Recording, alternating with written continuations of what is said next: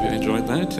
It's always nice to do a little bit of meditation before we start the Dhamma talk, just to feel a bit more peaceful and a bit more at ease.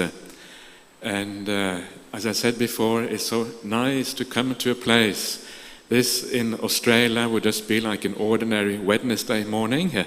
And then you come here and you see so many people, right? I don't know how many people is here today, but so many people wearing white, coming to a place to do meditation practice and to do something good rather than to do all the things that people ordinarily do in the world. And what a wonderful thing that is, that people come together in this way to do something positive, right? Something uplifting, something inspiring in the world, keeping the precepts, doing acts of kindness and generosity, trying to think about the Dhamma. How can we lift ourselves up? And in the process of lifting ourselves up, we're also helping to lift other people up, and in effect lifting up society as a whole. What a powerful thing that is. I often think about the kind of things that we ordinarily hear about the world. You know, when you watch TV, you see the news, sometimes you wonder whether we should really watch the news, right? It's just all so bad. All the things you see are so terrible, and things are doing bad, people are doing bad things around the world, and how depressing that can be sometimes. And sometimes we need to remember that actually the world isn't like that. The world is full of individuals who do acts of kindness, acts of generosity, who do good things to each other every day of their life. And this is what we're seeing here today. And this is what I see as a monk when I stay in Perth or I travel around the world. I see all these beautiful people everywhere. And I wonder whether the news you see on TV, does that reflect reality? Or is the reality what I see in my ordinary life?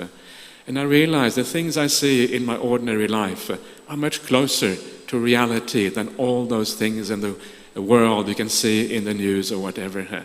So remember that. It's so important that we remember the goodness and the kindness in the people around us.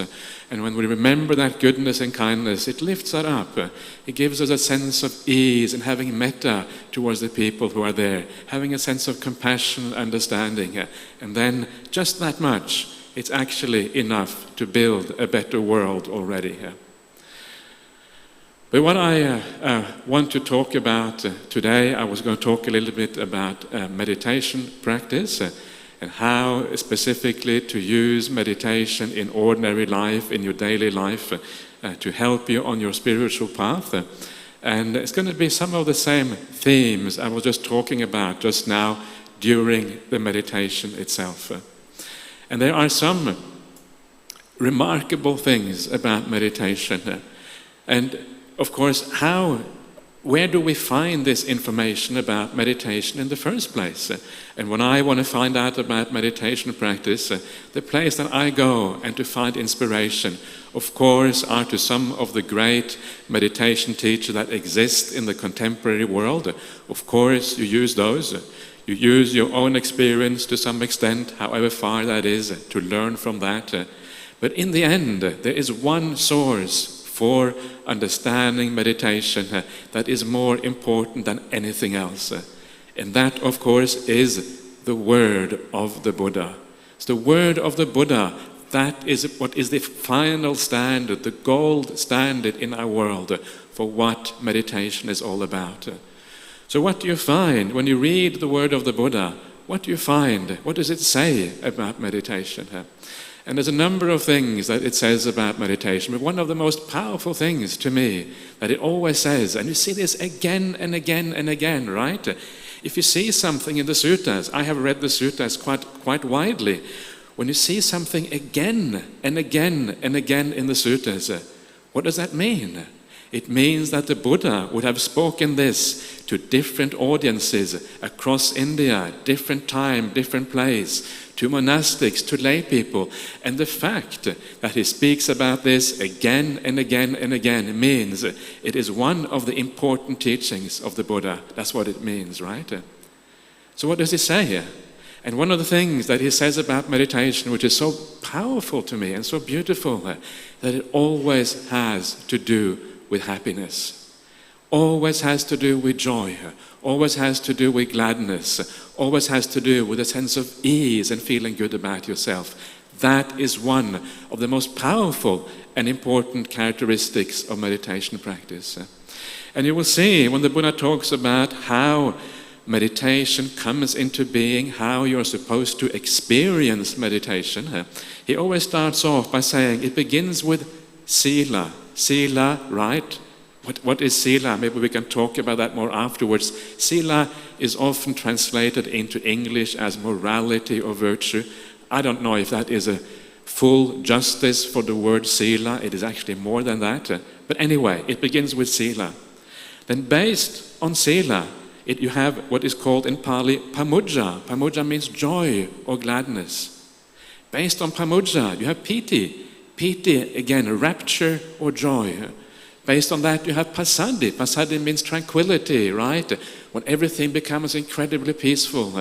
When it's so peaceful that you don't want to get up from your seat anymore and you just want to meditate for the rest of your life. You don't want to do anything else. Have you ever had that experience? You just said, wow, this is so nice, right? I'm sure many of you will know what I'm talking about. When you really feel so nice, you never want to get up again. You never want to have anything to do with work, with all that kind of stuff. All you want to do is just be peaceful. That's passaddhi. And that's only the beginning, right? It goes much deeper than that. Then from that comes sukha, deep sense of happiness. And from that comes samadhi. Samadhi, the full stilling of the mind, when the mind becomes incredibly powerfully peaceful. And what you will notice that throughout this whole sequence I have been talking about, it's all about happiness, right? Pamudja, piti, passaddhi, sukha, and then eventually samadhi. Everything is about happiness. The whole process that you're supposed to experience in this meditation is about happiness. And it's incredibly powerful teaching, and it is a very, very useful guideline, even if our own meditation isn't that profound, even if you feel that you have a long way to go to feel these very powerful states, it is still a very, very useful guideline for how to go about with the meditation practice. So that is number one, happiness. Number two, and this is from the same kind of sutta, is the Buddha says, na chetanaya karaniya. I apologize for my pronunciation, it's probably not the best, but this is how we pronounce things in the West. So na chetanaya karaniya, not to be done by the will, not to be done by force, not to be done by activity, right? This process of meditation is not to be done by willing it into existence.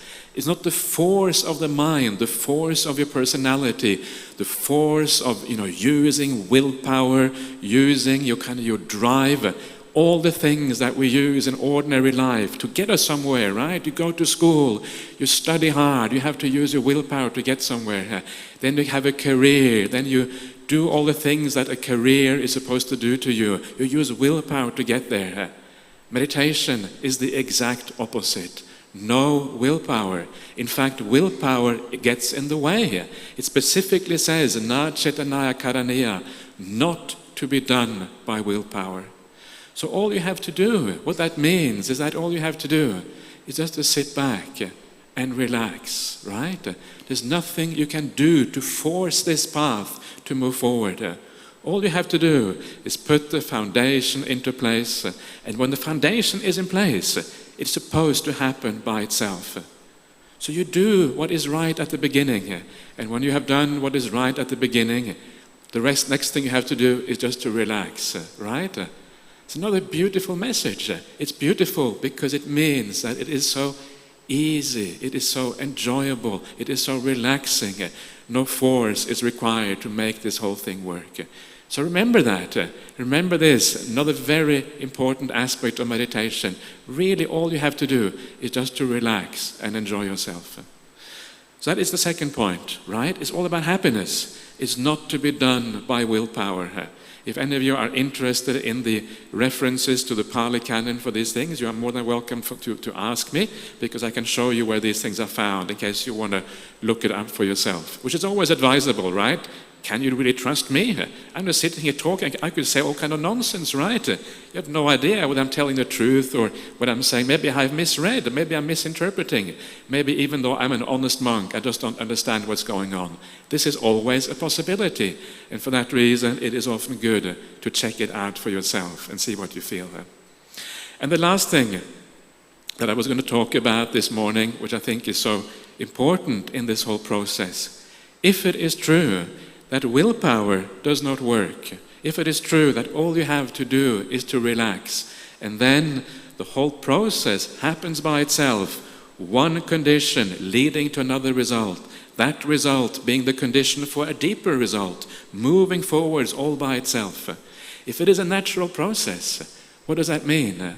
And what it means is that the first thing, the base thing at the bottom, the very first thing in this process is incredibly important, because it is that, if you put the basic foundation into place, it is only then that this whole thing happens as a process by itself. Right? What is that foundation? I just mentioned it before. It's Sila. Sila is the foundation. So if your meditation is not taking off, if when you sit back and you're just relaxing, you don't feel the joy, you don't feel the peace, you don't feel the happiness, then what is it that you have to do? You have to go back and ask yourself, can I improve my Sila even more? That is the question we should always ask ourselves.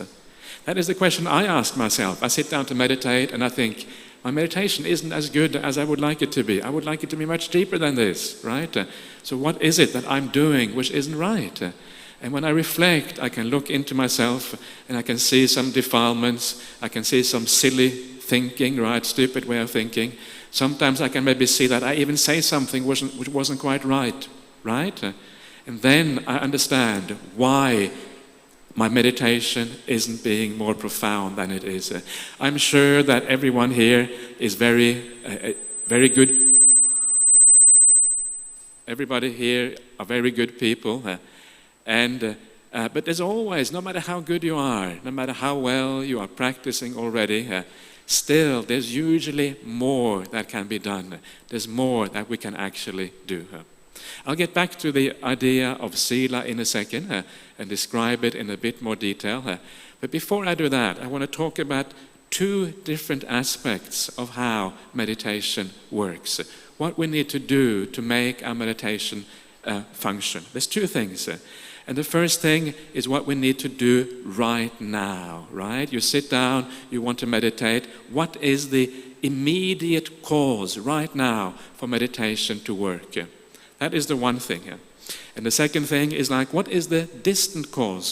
The cause that we have to cultivate every day, all the time, to make meditation function. And that, of course, is Sila, and I will talk more about that in a second. But before I talk about that, let me first talk a little bit more about the immediate cause for meditation. Now, to understand the immediate cause for meditation, we can go back to the first two things I was talking about. Happiness and no doing, no willpower, right? Just relaxing and enjoying the present moment. And remember, the first teaching of the Buddha, the very first thing that he mentioned in the very first discourse, the Dhamma Chakka Pavatana Sutta, what is the very first thing that he says? Majjhima Patipada, right? Middle way, Majjhima Patipada. Now that Majjhima Patipada is, of course, on the one hand, not to indulge too much in sensual pleasures, right? And of course, when you're meditating, you're not indulging. So during the meditation, that's fine. But the other side of the Majjhima Patipada is not to torture yourself, right? The Atta Kilamatanu Yoga.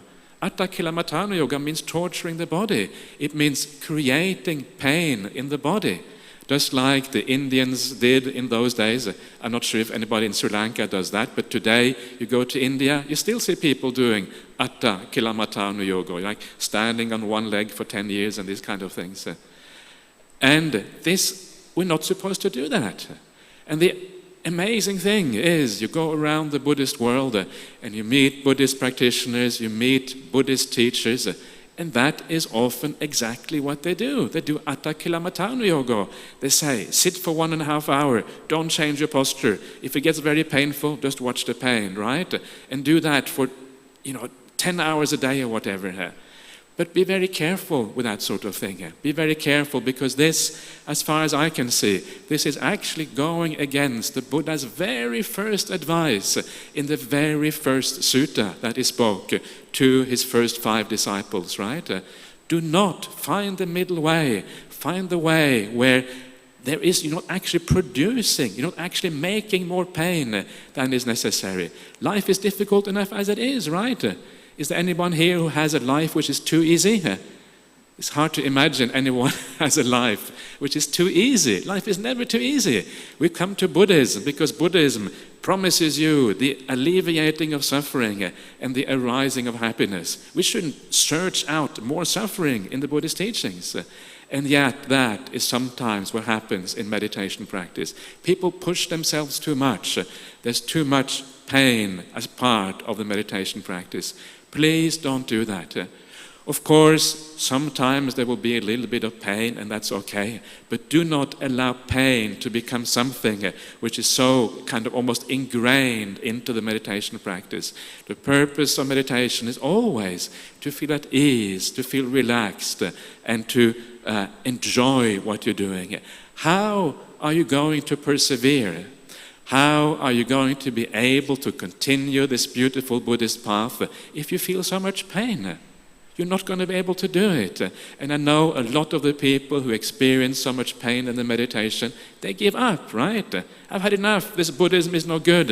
Had enough of this Buddhist teaching. Okay, I might do a bit of sila and a bit of kindness, but no more meditation. And what a terrible thing that is, because meditation is something which is so profound and so beautiful and has such incredible potential to make us into better people, to experience deep satisfaction and joy in our life. The potential is so great.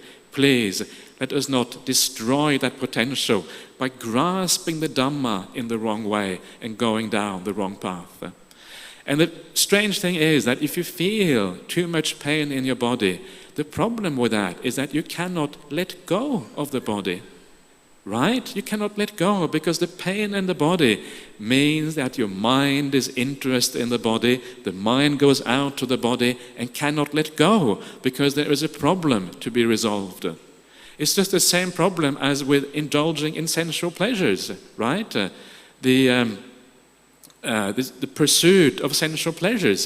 This is why the Buddha talks about the middle way. If we are pursuing sensual pleasures, again, the mind has an interest in the body, right? Because the body gives you pleasure.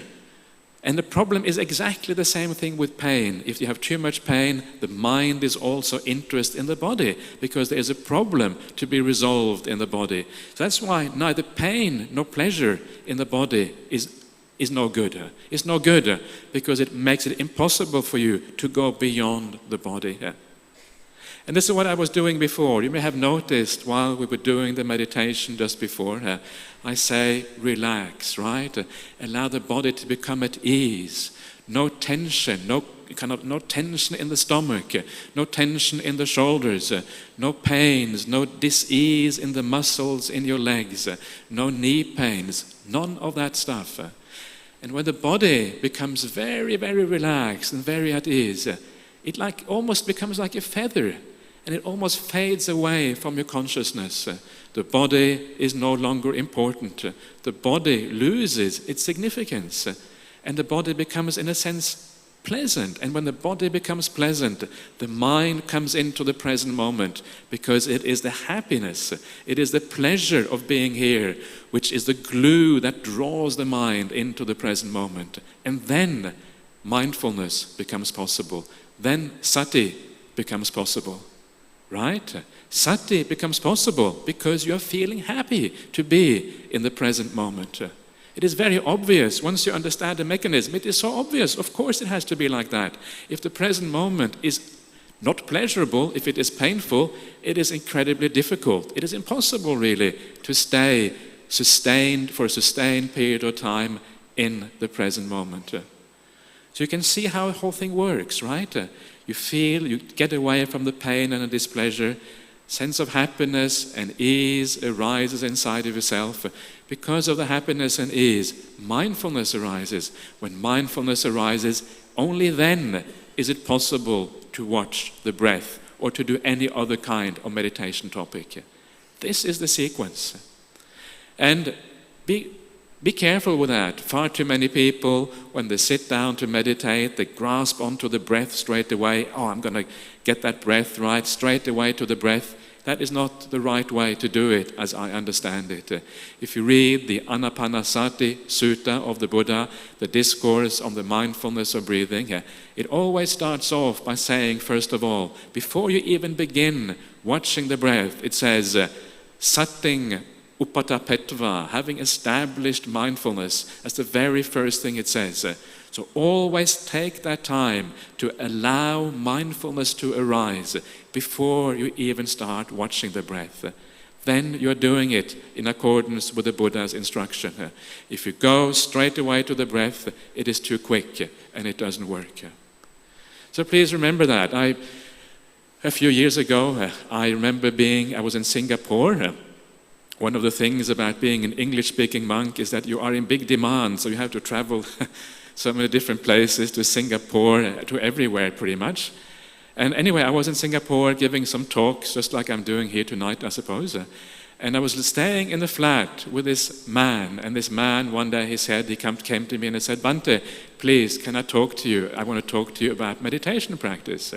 And so I said, yes. And then he told me this story that he had been on a retreat. And he said he had felt so much pain everywhere. He had felt so much tension. He had never felt so miserable in his whole life as he had done during these 9 days of that meditation retreat, right? So absolutely miserable. And I said to him that, well, maybe you should try another meditation technique. Try another teacher, somebody who teaches differently. And he said, no. Never again will I meditate. It was such a terrible experience that I'm never going to do this again for the rest of my life. And I thought to myself, wow, what a waste. What a terrible thing. Here is a nice man doing all the right things, and yet he's so turned off by meditation, he never wants to do it again for the rest of his life. So please don't make that mistake, because you're going to destroy the potential that the Dhamma has for you. Okay, so that is about the immediate cause for meditation here.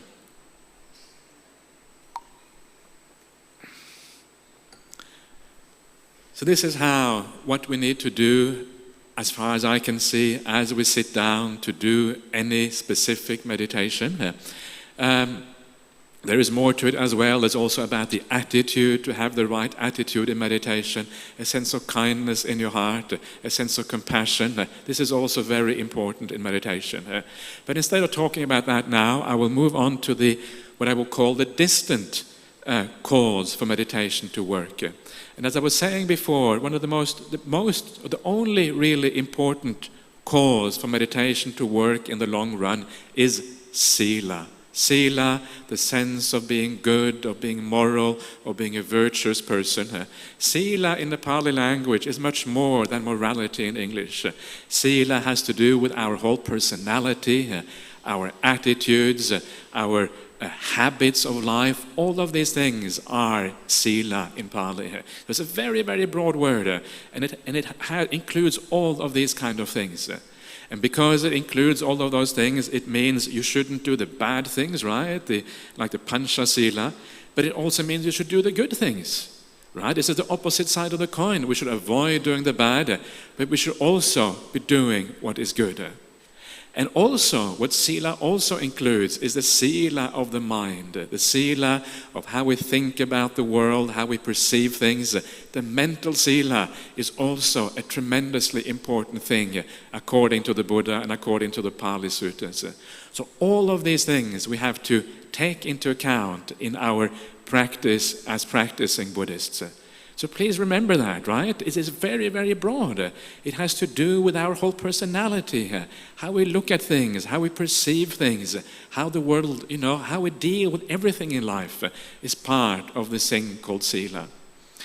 And one of the basic things about how we act with the world and how we deal with the people around us and how we deal with the world is, of course, the idea of generosity. The idea of generosity is a very, very important part of the Buddhist teaching. And I thought I would talk just a little bit about that, just to see what the Buddha has to say about this. It is one of those astonishing things that the Buddha actually taught many, many suttas about generosity and about how we should perform this, how we should do this to give maximum benefit for ourselves and also for the people around us. And one of the interesting things the Buddha has to say about generosity, and this is something I mentioned to some other people yesterday, is he was in a conversation with King Pasenadi of Kosala. And King Pasenadi goes to the Buddha and he asks the Buddha, where should a gift be given? Right? So what do you think the Buddha says? Maybe the Buddha says, it should be given to the Arahants, or it should be given to the Sangha, or it should be given to, where there is most merit to be had. Do you think that's what he said? No, what the Buddha said, this is actually very interesting and very powerful, and it says something about how the mind is to be developed. It says something about the Buddhist path. The Buddha said, you should give a gift wherever you feel inspired, wherever you feel a sense of peace, wherever you feel a sense of tranquility and at ease when you give a gift. That is where you should give a gift. Basically, wherever you feel inspired, right? That is where you should give. It's a very profound saying. The next question, and this is the interesting part, because the next question that King Pasenadi asked the Buddha is, where is there most merit, right? And you might think, well, what's the difference between these questions? Where should I give a gift and where is the most merit? Is there any difference? Shouldn't I give where there is most merit? How can there be a difference? But this is the interesting point, right? Because when the Buddha is asked, where is the most merit? He says that it is for giving to those people who are arahants in the world. That is where there is the most merit. So how do we reconcile this? Why is there a difference between the place where we should give on the one hand and the place where there is most merit? You'd think it would be the same thing, but it isn't. And the reason is because giving is not just about merit. There is more to giving than merit. And I was joking yesterday with some of the people I talked this story. And sometimes you find people who have this calculation, right? They calculate, wow, if I give to this monk, there's so much merit. If I give to this nun, there's so much merit. But if I give here and if I give these kind of requisites, then it's so much merit. And if I give, so many days a year, and they make this calculation, and then at the end of my life, I will have accumulated so much merit. Is that the right way of gaining merit? It becomes too calculating, right? When you go out into the world and you try to calculate and you try to figure out the way to make the most merit, you are destroying the happiness and joy that comes from natural giving. You just give because it comes from the goodness of your heart. And that is why the Buddha says you should give where you feel inspired. Because when you feel inspired in giving in a certain place, it means that often you feel a sense of joy, right? You feel, wow, I really want to give here. This person is really worthy of my generosity. It doesn't have to be a Buddhist, right? It can be some poor person somewhere. It can be anybody. The Buddha doesn't give any stipulations whatsoever. It can be to an animal. It can be anywhere as long as you feel inspired in the act of generosity. That is what the Buddha says matters. You feel joy, you feel mindfulness. And later on, when you are going to do the recollection of your generosity, it's called the Chaga Nusati in Pali, and you sit down to meditate, that is the act which comes back into your mind. That is the act you will remember, because it was so powerful, because it was so inspiring when you actually gave in that way. So you are learning to give. You're learning about the power of generosity. But if you try to calculate who is the arahant in the world, right? This one, this, I'm not sure which one. You don't know anyway who the arahants are, right? So you might as well give up. So That is the right way of giving. It's a very powerful teaching here. So feel in your heart, instead of having ideas about where there is the most merit and being calculating about it, feel your heart. What does your heart say? What does your heart say about where you want to give? Where do you feel compassion? Where do you feel a sense of joy in the act of generosity? That is the right place. And then keep on doing that again and again and again, right? It's not often about the size of the gift. It's more about the continuation of generosity, doing it on a regular basis in this way. And then it becomes such a powerful thing on the Buddhist path. And the ideal, what we are trying to reach here, we're trying to reach that state of mind where your heart just opens up, right? I'm sure many of you have experienced that sometimes when your heart opens up and you just want to give to everybody, right? Just, wow, there's no limits anymore. You just want to give of yourself, give and give and give. And then, of course, your heart closes up a little bit again. But sometimes you tap into that powerful feeling inside where you just want to give to the whole world. And that is the kind of feeling we're trying to achieve on the Buddhist path. That is the kind of feeling that leads to deep samadhi. It's a beautiful, beautiful feeling. It's beautiful for yourself. It's beautiful for other people. And it leads you to deep meditation. The Buddha specifically says that in the suttas. Without that openness of the heart, without that willingness to be absolutely generous to everybody, you cannot reach the deep stages of meditation practice. And I would encourage you, please tell each other stories about generosity. Tell each other stories about the kindness of people around you. When you hear those stories, it can be so inspiring to hear what people do in the world, the kind of kindness people often have. And I am reminded right now of a story that I heard a long time ago. And this was a girl who was originally from Sri Lanka. She was born in this country, but I think she migrated to Australia. Or maybe she was always in Sri Lanka. I'm not sure. I never met this girl myself, but I knew her auntie who was living in Australia. And she told me this story about this girl. She was in her early 20s or late teens, so quite young girl still. And she had recently bought herself a new dress, right? A beautiful new dress that she was very happy with. And one day, one of her friends came over to her house and she saw this girl wearing this beautiful dress. And she says to her, wow, that is a really, really beautiful dress that you're wearing.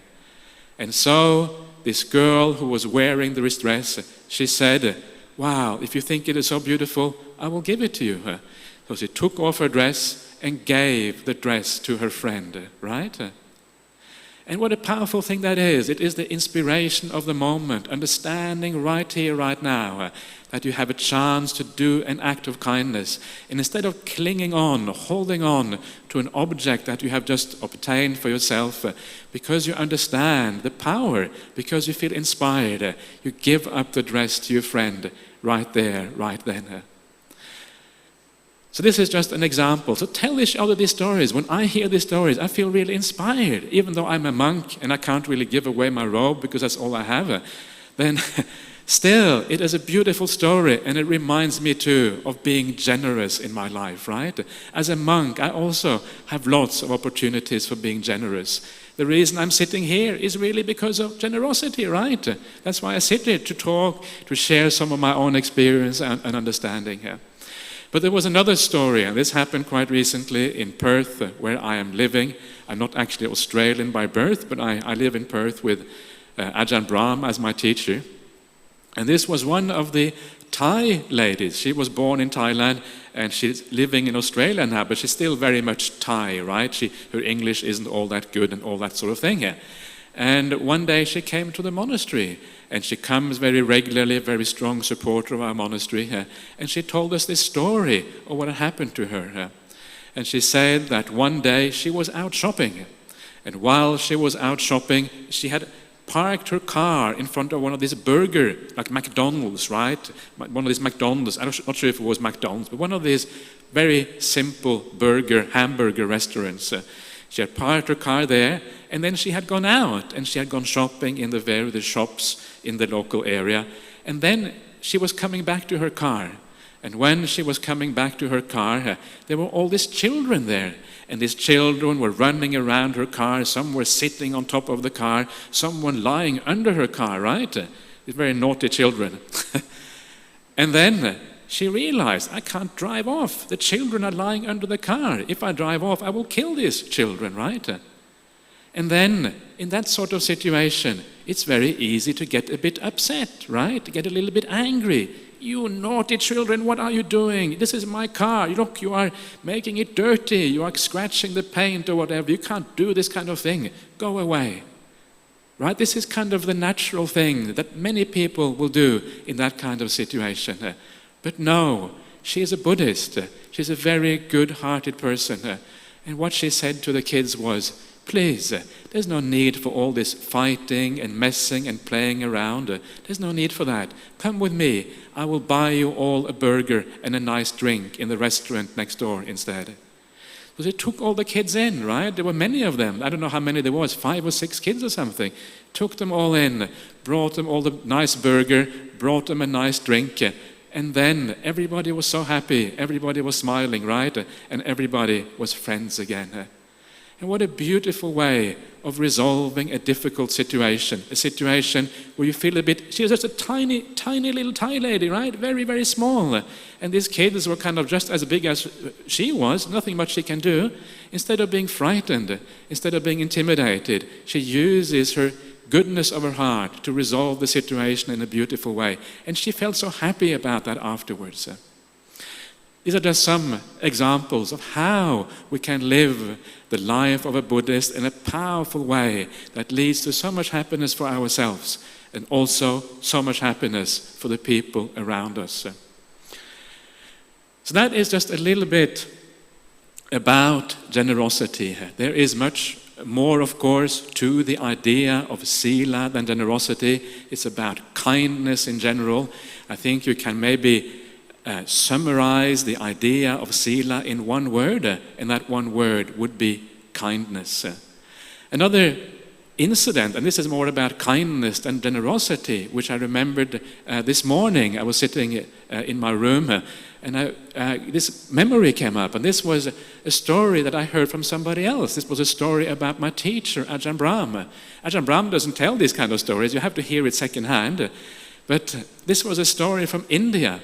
And Ajahn Brahmali was doing this pilgrimage in India, and they're walking around. And I'm sure many of you here have been on a pilgrimage to India, and you know what it's like. All the beggars, right, always running after you. And if you are a monk, it doesn't make any difference. They run after you as well. If you tell them that you have no money, they don't believe you anyway, so they still run after you. So it is very hard to get rid of these beggars, right? You're scratching your head. How can I what can I do? I'm getting fed up with these beggars. That's sometimes how you feel. Perhaps you shouldn't feel like that. Still, that's sometimes how you feel. So Ajahn Brahmali, the same thing happened to him, right? He was walking down, and this beggar was following him along. Ajahn Brahmali is the only person I have heard of who was able to get rid of that beggar. So how do you get rid of a beggar like that? Of course, Ajahn Brahmali didn't have any money. He didn't have anything except for his robe. There was nothing he could give away. So what did he do? And this was one of those spontaneous acts of kindness.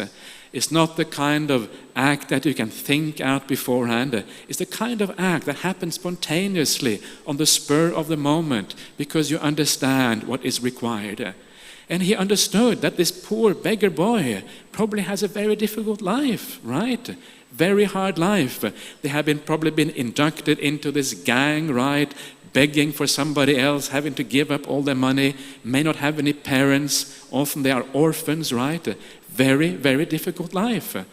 So what Ajahn Brahmali did, he took this poor beggar, picked him up, and gave him a big hug. That's what Ajahn Brahmali did. And of course, the beggar boy, he was just smiling from ear to ear. It probably never happened to him before that somebody picks him up and gives him a big hug, right? He was so happy. And of course, then he let Ajahn Brahmali go and did not ask him for any more money after that. That is the only way I've ever heard of getting rid of those beggars. So try that next time you go to India. See if that works. Check it out. Give the beggar a big hug instead. But it only really works if you do it spontaneously, right? Because then it feels real. The beggar could feel this is a real caring person. It's not just an act. It's not just playing. It's the real thing. So these are some of the acts of kindness, and how often, if it is done spontaneously, if it is done on the spur of the moment, how it becomes very powerful and very useful. And it's something that gets locked into our mind and that we can tap into when it comes to the meditation practice itself. So this is, so please think like that. How can I be more kind to the people around me? How can I be more kind to myself? These are just two sides of the same coin. Being kind to yourself is being kind to others. Being kind to others is being kind to yourself.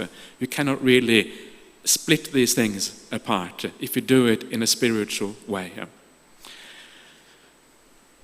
So that is a little bit about Sila. We still have a few minutes left, so maybe I can talk a little bit more about Sila. One of the most difficult aspects of Sila is how to deal with the mind, right? The mind is so fast.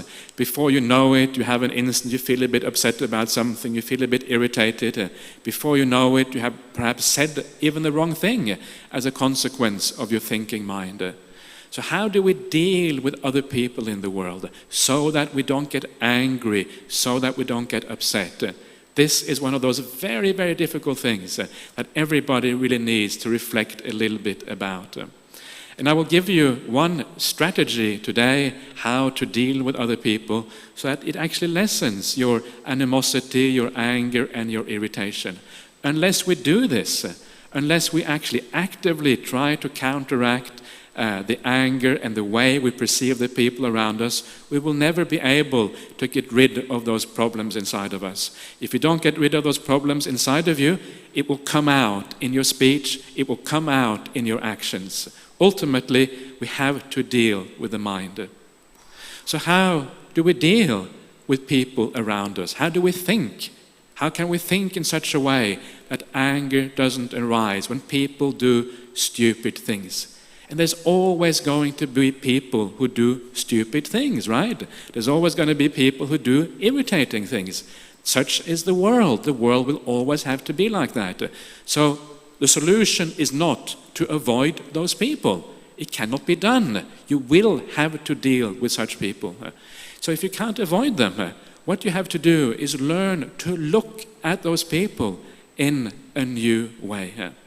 And the way that I would recommend you to look at other people in the world is always to remember that no matter how stupid they are, no matter how angry they are, no matter how unfairly they treat you, no matter what it is, it always has the same reason why they act the way they do. The reason they act the way they do is because they have been conditioned into that, right? It's not an act of choice. They're not thinking, I want to do this bad thing, or I want to be stupid, or I want to be silly. That's not how it works. The way it works is because they have been conditioned like this through all the upbringing in this life, all the people they have met in this life, everything that has happened to them throughout these years in this life. And then on top of that, all the conditioning from past lives as well, right? All of this conditioning comes together in the here and now and causes that person to do what they're doing. They may not even want to do it. Very often we don't want to do these things, right? Have you noticed that in yourself sometimes? You don't want to say something bad or you don't want to do the wrong thing, but it's almost like you can't stop yourself. Right? And that's literally what it is. Every time you do something which is wrong, even though I'm sure everyone here knows it is much better to live a good and moral and kind life, even though you know that, you can't help yourself. The reason you can't help yourself is because the conditioning is so incredibly powerful. Everything we are as people is the conditioning that we have received from the past. We are in many ways like robots. We are robots running on a program that was written a long, long time in the past, probably in the past life. It doesn't feel like that. It feels like we have a sense of choice, a sense of free will. But the more clearly you understand yourself, the more clearly you understand how you act and how you live, the more obvious it becomes that you are incredible. Almost everything you do comes from causes and conditions in the past. Right? So when somebody does the wrong thing, remember, you are not the victim. Or maybe you are a little bit of the victim, but they are much more the victim. They are a victim of their own conditioning. Even though they probably know it's better to be kind. We all know it's better to be kind, right? It feels right to be kind. It feels good. We know that's the right thing. Even though they are aware, even though they know that kindness is better, they can't stop themselves. They still have to do it, right? They are a victim of their own conditioning. Now that is a very powerful thought. When you remember that the people around you are the victim of their own conditioning, you are too, right? You're not accepted from that either. Everybody is a victim of their own conditioning. When you remember that, you can have compassion. Instead of feeling, oh, they are hurting me, this is unfair, this is unreasonable. Remember that actually they don't really want to hurt you. They are the victim of their own conditioning. Instead of thinking about yourself, turn it around and look at the other person instead. It is so painful. It is so difficult to always think about ourselves, right? To be selfish is such a painful and limited state of mind. So don't think about yourself. Think about the other person instead. And remember compassion, remember kindness by knowing how conditioned they are. And to give you a simile that I often use to explain how this works, and this is a human being is like a ship on the ocean. Right, a ship on the ocean which doesn't have any rudder, that doesn't have a wheel so you can steer it. There's no steering mechanism. Now a ship on the ocean where there's no steering mechanism, what happens to that ship? What happens to that ship is that it drifts off into whatever the prevailing conditions are. If the wind comes from the north, the ship goes to the south. If the wind comes from the east, the ship goes to the west. If the current takes you from the west, the ship goes to the east, right? So all these conditions in the ocean, that is what makes that ship move in a certain direction. And it's exactly the same thing with people. Depending on the conditions in a person's life, you go this way. Depending on the conditions, you go the other way, right? It feels like we are in charge, but actually we're not really in charge at all. This is part of this very profound Buddhist understanding of anatta, non-self. We are subjects. We are like puppets, robots, running on a program that was written in the past. So please remember that, and then forgiveness becomes possible, right? Then forgiveness, in fact, becomes almost obligatory. How can you not forgive somebody who is running on a program written in the past? It's a bit like coming to a red traffic light, right? You come to a red traffic light. Now, if you want to, you can become angry at the traffic light. I am in a hurry. I need to go, and you are becoming red.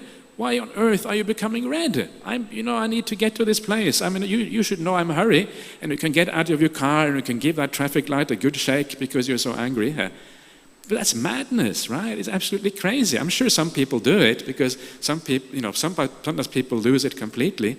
But remember, the traffic light and people are the same thing. Sometimes people go red, right? They go red with anger, quite literally. Sometimes people go red. But when people go red, then there's no reason to react back because that's what people do, just like traffic lights. And sometimes people go green, and then you want to give them a hug because they've gone green. Oh, what a wonderful person you are. And you want to be just like the traffic light. But again, it is not really they. Then you can rejoice in that good quality, but that too is in the end conditioned. But then at least you can rejoice in that. So that is a very simple strategy for how to deal with difficult situations in life. And remember that all these strategies, all these things that we teach in Buddhism, they may seem obvious. When I say it now, perhaps you think, yeah, that makes sense. Perhaps you can relate to what I'm saying. Perhaps you don't, I don't know, but perhaps you do. But even though it makes sense right now, right here, it doesn't mean that it is easy to put into practice. Once you go into ordinary life, you forget about it, and then you can't bring it up at the right time, and it's difficult to do. All of these things make it much more harder. So it's something you have to do again and again and again. And with practice, given time, doing it again and again and again over time, gradually you start to understand these things in a deeper way. And the more deeply these teachings sink into your heart, right? Remember reflecting on these things. The deeper they sink into your heart, the more permanent part they become of your personality. The more permanent a part they become of your habits. The more permanent a part they become of who you actually are. And then when they become a part of you, then it becomes easy. Then it becomes natural. In the meantime, it takes work. Okay, so that is a little bit of a talk on meditation and some of the things that support meditation in life. So please continue to do a bit of meditation. It can be a very powerful thing. Use meditation in your daily life not to gain profound states or deep samadhi or lots of insight. That is almost impossible in daily life. Use it to feel more at ease. Use it to feel relaxed. Use it to make you a better person. Do a bit of metta. Remember the goodness and the kindness in the community around you.